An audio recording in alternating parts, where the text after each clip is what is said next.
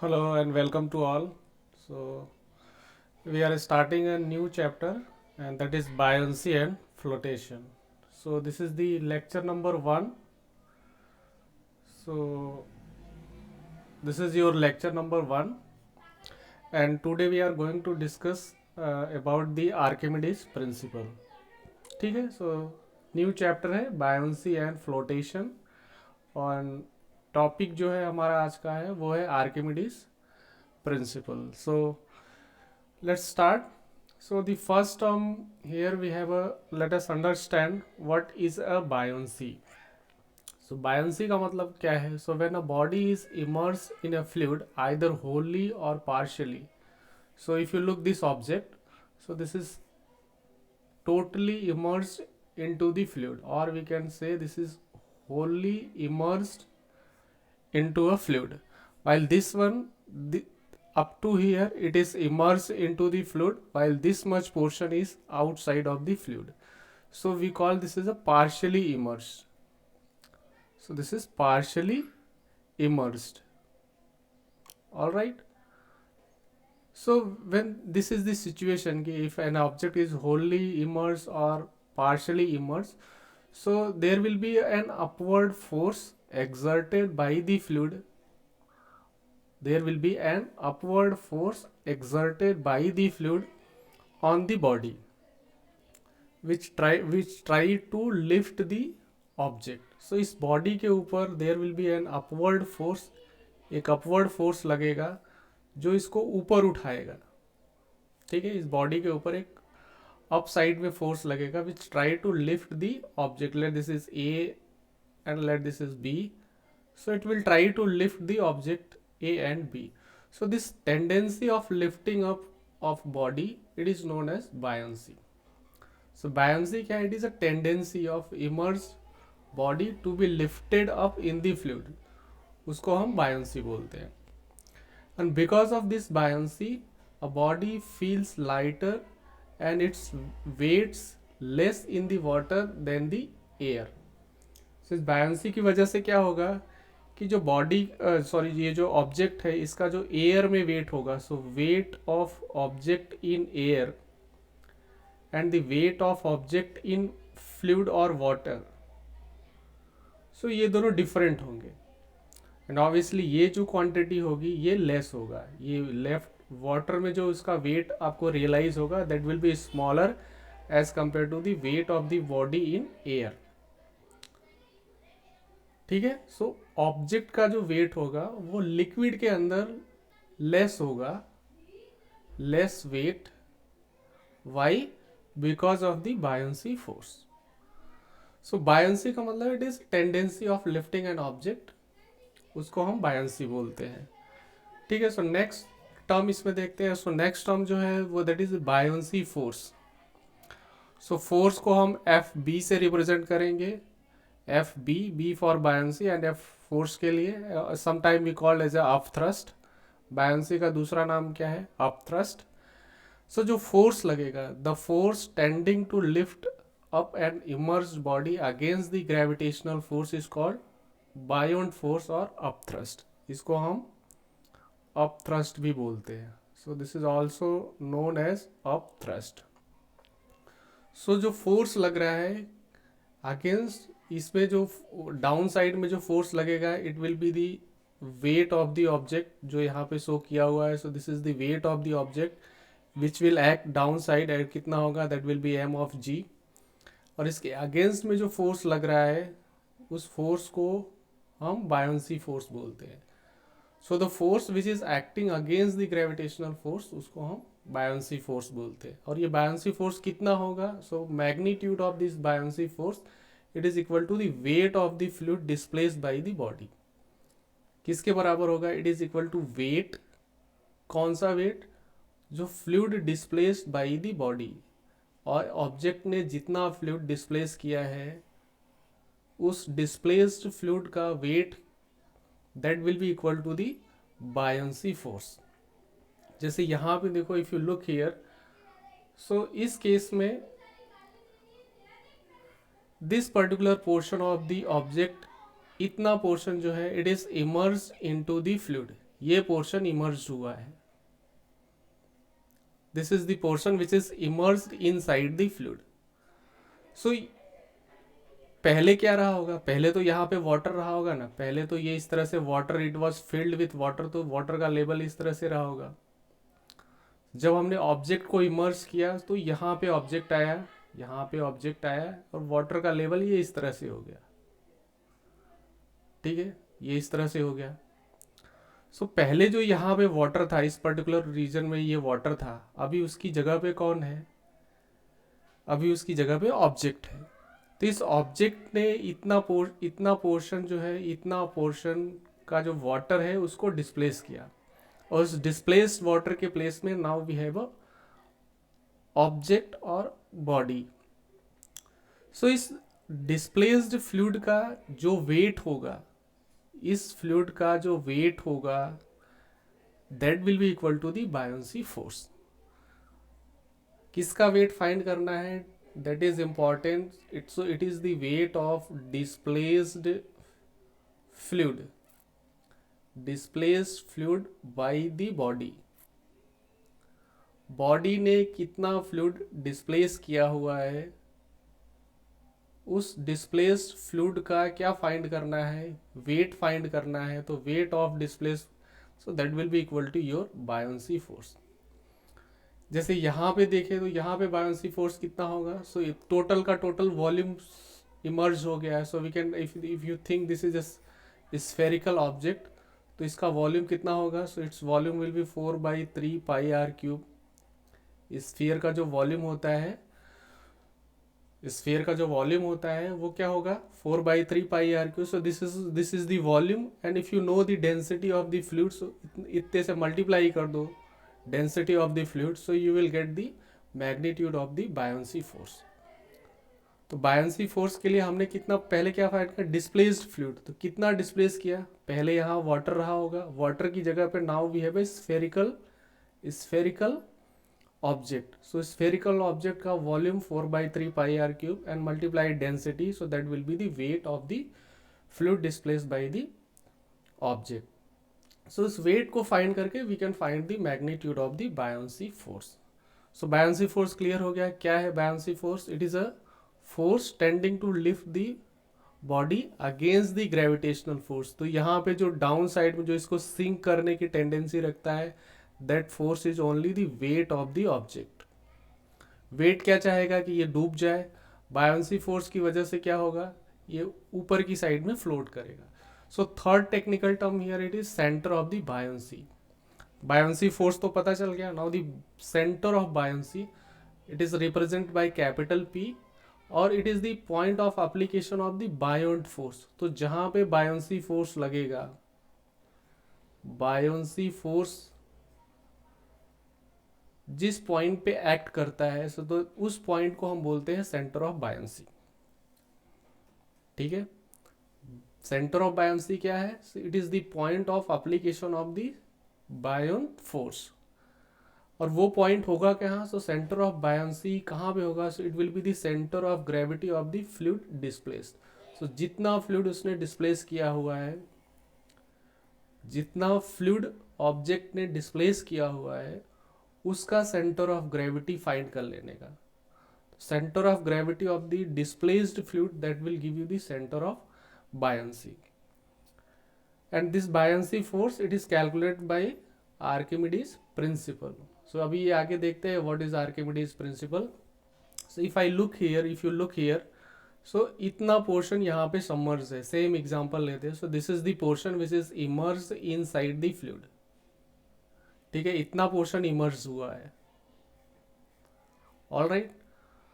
सो इस पोर्शन का, if you able to find the centroid of this particular portion, इस particular portion का centroid you can able to find out, that means C G find कर ले। सी जी किसका find करना है, इमर्ज्ड वॉल्यूम का।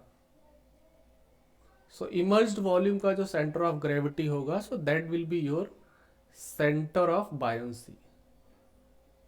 वो क्या होगा, that will be our centre of buoyancy. यहाँ तो कैलकुलेट करना है, बट इन दिस केस यहाँ पे हम प्रेडिक्ट इजिली कर सकते हैं कि ये कितना वॉल्यूम इसने डिस्प्लेस किया है. So it is nothing but it is your, you can take as a sphere. So if you think about this object is as a sphere, so where will be center of gravity? So center of gravity will be the center of the sphere. Center of gravity क्या होगा? Center of gravity will be center of the sphere. जो sphere का center होगा वही इसका center of gravity होगा. So the buoyancy force it will act at the center of the sphere. तो buoyancy force कहाँ पे लगेगा? At the center of sphere. Understood. ये सिंपल सिमेट्रिकल ऑब्जेक्ट है. By the geometry we can understand कि इसका जो सेंटर होगा वही इसका सी जी होगा, और जहाँ पे सी जी होगा वहीं पे क्या होगा? सेंटर ऑफ बायंसी होगा. बट इस केस में वी हैव टू कैलकुलेट कितना पोर्शन इमर्ज हुआ है. So what will B its centre of gravity. So that point if find करके वी कैन से कि this will be the application of centre of that point will be centre of buoyancy. तो ठीक है, centre of buoyancy का मतलब क्या है? Centre of buoyancy it is the centre of gravity of the displaced fluid. जो fluid displace हुआ है उसका centre of gravity. Next we have Archimedes principle. So this principle you already know. So it's what it says. So when a body is immersed in a fluid either whole और partially, या तो पूरी तरह से डूबा हुआ है या पार्शियली डूबा हुआ है. So it is lifted bye a force which is equal to the weight of the fluid displaced by the body. So जो buoyancy force लगेगा FB, it is nothing but it is the weight of the fluid displaced, weight of the fluid displaced by the body. ये हम अभी proof भी करेंगे. सो buoyancy force इतना ही होगा, weight of the fluid displaced by the body. ठीक है, और इसकी वजह से क्या होगा? It's apparent there will be a loss in the weight. So इसकी वजह से क्या होगा? The body will feel light, the body will be lighter in the fluid. So body का जो वेट होगा it seems to be lighter than the weight of the air. So weight in water or weight in fluid it will be less than the weight of object in air. ठीक है, so the body has a less weight in a liquid than the outside of the fluid. So let us prove how we can prove that the buoyancy force it is equal to the weight of the fluid displaced by the body. So for that, so let us look. Here this is the free surface of the water. So this is the free surface. All right, so this is the free surface OO. It is your free surface. And let we have a object. This is your object. ये object है हमारा. You can, this is a 3-dimensional object. You can take any arbitrary shape. So this is your object. ठीक है. और in this we have taken a small element. We have taken a small element. So this is our elementary element that we have chosen. All right, let this cross sectional of this element it is in the form of the cylinder. ये जो object है इसका जो cross section है ये circular है. So तो basically ये क्या हो गया? This is your cylindrical object. ये क्या है? This is your circle. And let the area of this element is dA. All right, so हमने जो एलिमेंट लिया है, so we have taken a cylindrical object. ये इस तरह से हमने एलिमेंट लिया हुआ है, cylindrical element. The area of this element ये क्या है? This is your D A and D A. ठीक है, so D A is the small elemental area. And let, अगर हम इसकी हाइट से मल्टीप्लाई कर दें, so we get the volume. So and we call that D V. dV क्या है? It is the volume of the small element. So जो हमने वॉल्यूम लिया है, जो एलिमेंट लिया है उसका वॉल्यूम इट इज dV, और ये कितना होगा? So it will B dA and multiply h, height. height of the element. So for that we have written that this point is A, upper point is A, and let the lower point is B. So the depth of the upper point is h1, h1 ये इसकी depth है h1.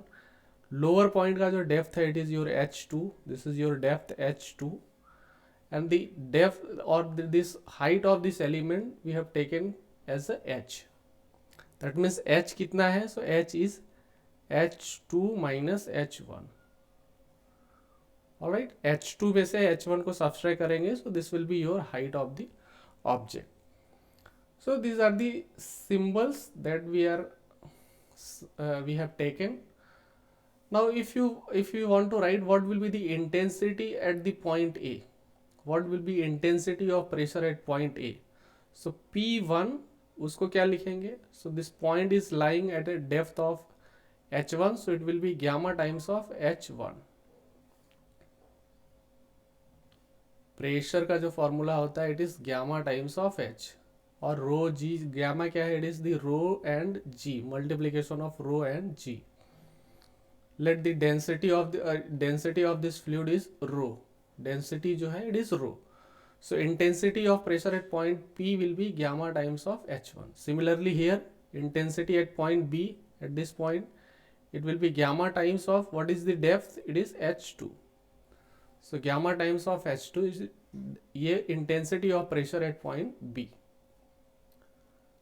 ठीक है. So P1 कितना हो जाएगा? So P1, that will be gamma times of h1, and P2, that will be gamma times of h2.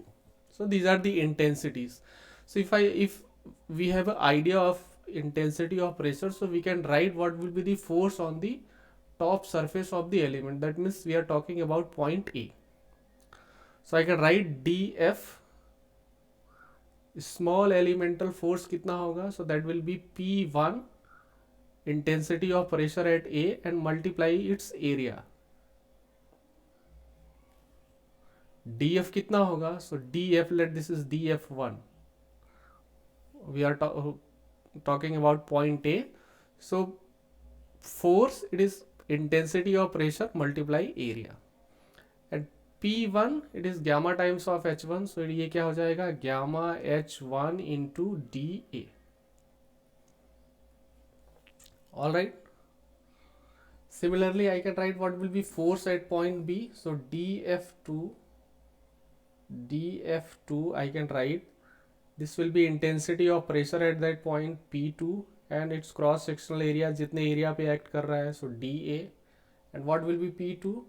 P2 is gamma times of h2 and multiply dA. So this is dF2.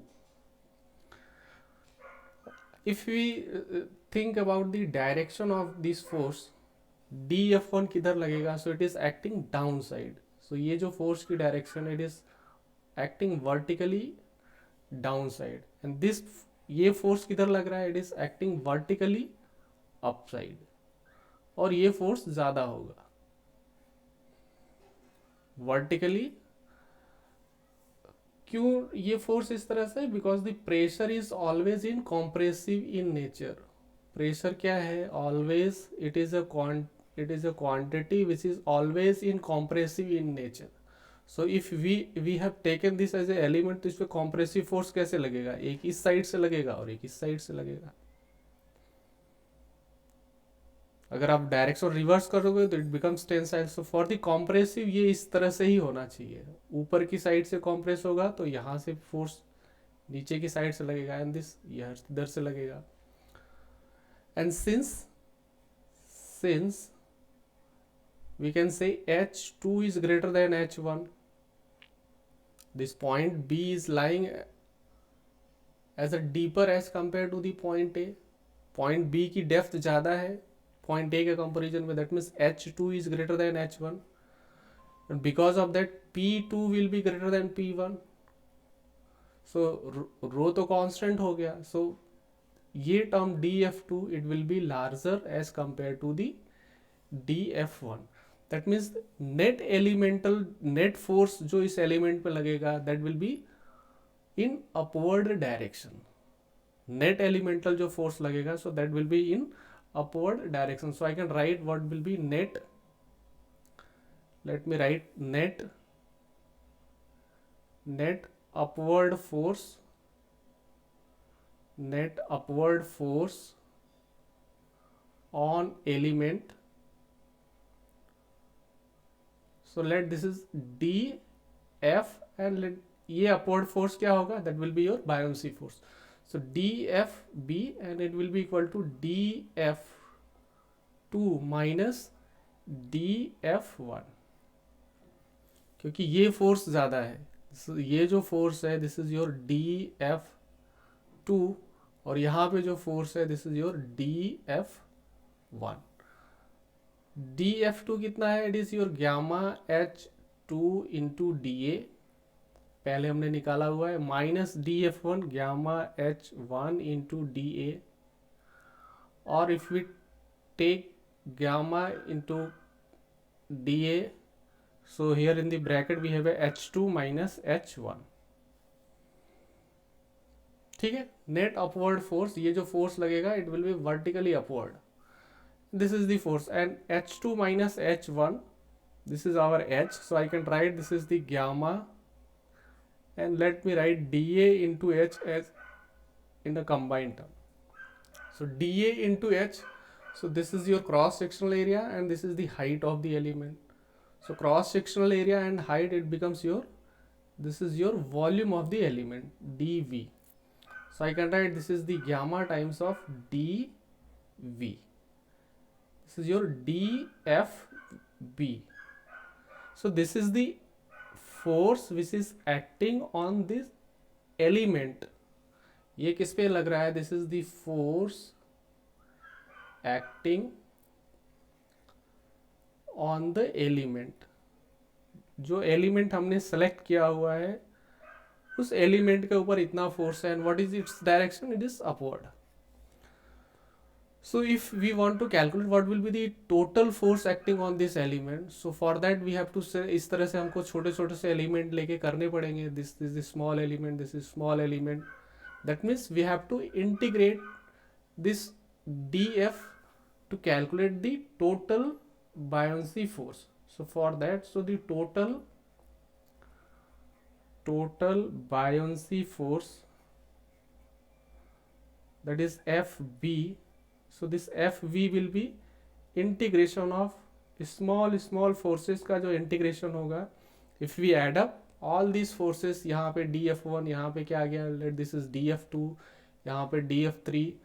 So इस पूरे object को we have divided into number of pieces and finally हर piece पे इतना ही force लगेगा. If we add up all this forces, so we get the total buoyancy force. If I substitute this value dfv की value if I place, so it will be gamma times of dv. Gamma is a constant, so it will take outside, we can take outside, or I can write this is FB, it is gamma times of, now this is small, let this is capital V. So this is your integration of small dV. So इस element के छोटे छोटे volume को अगर add करेंगे, so after addition of all these elements what will we get the total volume of the object. So this capital V, it is the total volume. कौन सा volume, so this is the volume which is immersed inside the fluid. This is completely immersed, so that is why this capital V, it is the volume of the immersed body, which is volume of the immersed body. ये इतना ही समझो अभी. This is the volume of the immersed body. So capital V क्या है, this is the volume which is immersed inside the fluid. और ये किसके बराबर है, gamma times of V. So gamma क्या है, let me write what is gamma. So gamma को हम बोलते हैं, this is your specific weight. all right, gamma क्या है, this is specific weight. So specific weight का मतलब कैसे डिफाइन करते हैं, it is the weight per unit volume. all right, weight upon volume क्या है, this is your gamma. हमने कैलकुलेट किया what is FB. So FB is the gamma times of V. सो यहाँ पे if I place this wait upon volume, gamma की जगह पे क्या रखा, in the place of gamma, the place of gamma ये रख दिया हमने, ये रख दिया ग्यामा की जगह पे in the place of gamma. अब वॉल्यूम, सो वॉल्यूम कितना है, सो वॉल्यूम को वॉल्यूम ही लिखते हैं, एक वॉल्यूम और है, सो दिस इज वॉल्यूम। ये किसकी जगह पे आया, this is in the place of gamma. Buoyancy force हमने निकाला, ये कितना आया, ग्यामा इंटू वी, ग्यामा को लिखा weight upon volume, this volume and volume will be cancel out and it is nothing but it is equal to weight. So FB buoyancy force, it is nothing but it is the weight of the fluid displaced by the object. Weight किसका, so this is the weight of the fluid, weight of the fluid displaced by the body or by the object. उस object ने जितना fluid displace किया है उसका wait ही क्या है, your buoyancy force. So if you अगर देखें तो ये क्या लिखा हुआ है, this is what, gamma into V, so specific weight into volume, so finally I can write this is a WD. And what is WD? WD is nothing but it is the weight of the fluid displaced by the object or displaced by the body. Capital B, it is the volume of the object immersed or submerged into the fluid. और ये किसके बराबर होगा, it is equal to the weight of the volume of the fluid displaced by the body. So, एक तो ये समझो, एक तो ये है submerged volume, submerged volume किसका, submerged volume हमको चाहिए बॉडी का, ये किसके बराबर होगा, it is nothing but it is equal to the volume of fluid displaced, जितना फ्लूइड डिस्प्लेस्ड हुआ है वही तो वॉल्यूम है। सो चाहे इसको बोलो या फिर, और both are the same thing. So this is how we have proved, this is the buoyancy force and it is nothing but it is equal to the weight of the fluid displaced by the body. उसका derivation ये इस तरह से रहा, we have written intensity of pressure at here, intensity of pressure यहाँ पे लिखा जो पहले है, यहाँ पे intensity of pressure dF1, then we have written the intensity of pressure dF2. Obviously dF2 will be greater than dF2, why, because the H2 is greater than H1. So उसको place करके we can find the net buoyancy force dFB and it is equal, after integrating we get the total buoyancy force. ये तो किस पे रहा, this is on the element, this is the buoyancy force on the element, ये हमारा total force रहा। So if let us take the another case where same object but it is have immerse in a two different immiscible fluids. ये दो fluid ऐसे है, this is the fluid number 1, upper fluid 1, its density is ρ1, lower fluid जो है its density liquid 2 है, its density is ρ2 and these are the immiscible fluid, these are the immiscible fluid, ये एक दूसरे से मिक्स नहीं हो रहे हैं, these are immiscible fluid. So this is this situation and the object is at the interface of these two fluids. ये क्या है, दिस इज द इंटरफेस, जहां पे दोनों फ्लूइड जंक्शन पे है, so that is your interface. इसके ऊपर फ्लूइड 1 है, इसके नीचे फ्लूइड 2 है, और ये आपका टोटल ऑब्जेक्ट है, this is your object, immersed body. So when a body floats on the surface of separation between two immiscible fluid, अगर इस तरह से है and having different densities, so for that we have to, पहले तो हमें ये देखना पड़ेगा कि कितना वॉल्यूम लिक्विड 1 में कितना वॉल्यूम है एंड लिक्विड 2 में कितना वॉल्यूम है। So let the V1, this ये upper volume, this particular volume we are calling as a V1 and this is the volume of the object which is in liquid 1. So V1 is the volume of the body immersed in the liquid having density rho 1, and the V2 density 2 में. So the total volume कितना हो जाएगा V, that will be the summation of V1 plus V2. और ये क्या है, this is the total volume of the object, total volume.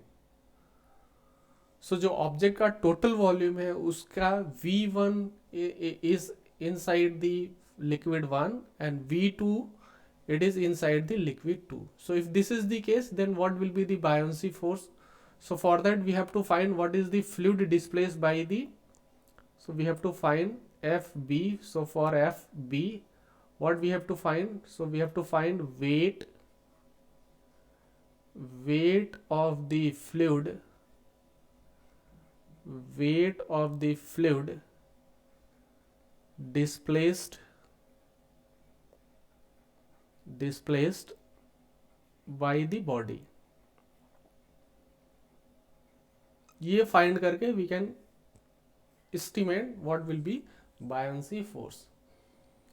Wait के लिए व्हाट हमको क्या फाइंड करना पड़ेगा? For weight here two different fluids है, so for that we have to take gamma 1 and V1 plus gamma 2 V2. ये कैसे लिखा? अगर सिंगल फ्लूइड था तो हमने सिंगल फ्लूइड के लिए क्या लिखा था? gamma into V for single fluid. Single fluid के केस में क्या लिखा था? For single fluid, for single fluid कि ये फ्लूइड है और यहाँ पे ऑब्जेक्ट है, यहाँ पे ऑब्जेक्ट है, तो इसके ऊपर बायोंसी फोर्स कितना लगेगा? F B. So the buoyancy force F B, इसकी वैल्यू निकल के आएगी gamma times of V. And what is V? It is the volume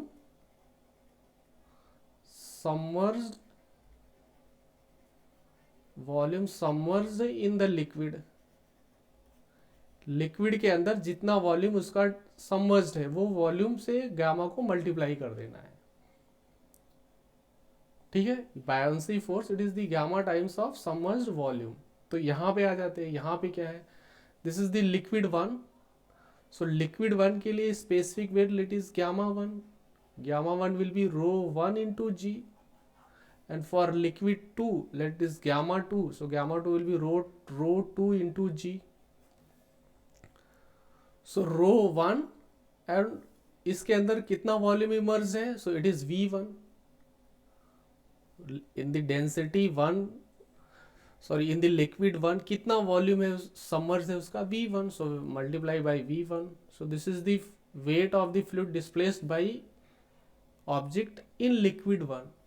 and similarly ये लिक्विड 2 के लिए हो गया. और we can write this is rho 1 g V1 plus rho 2 g V2. ये नेट बायोंसी फोर्स आ जाएगा.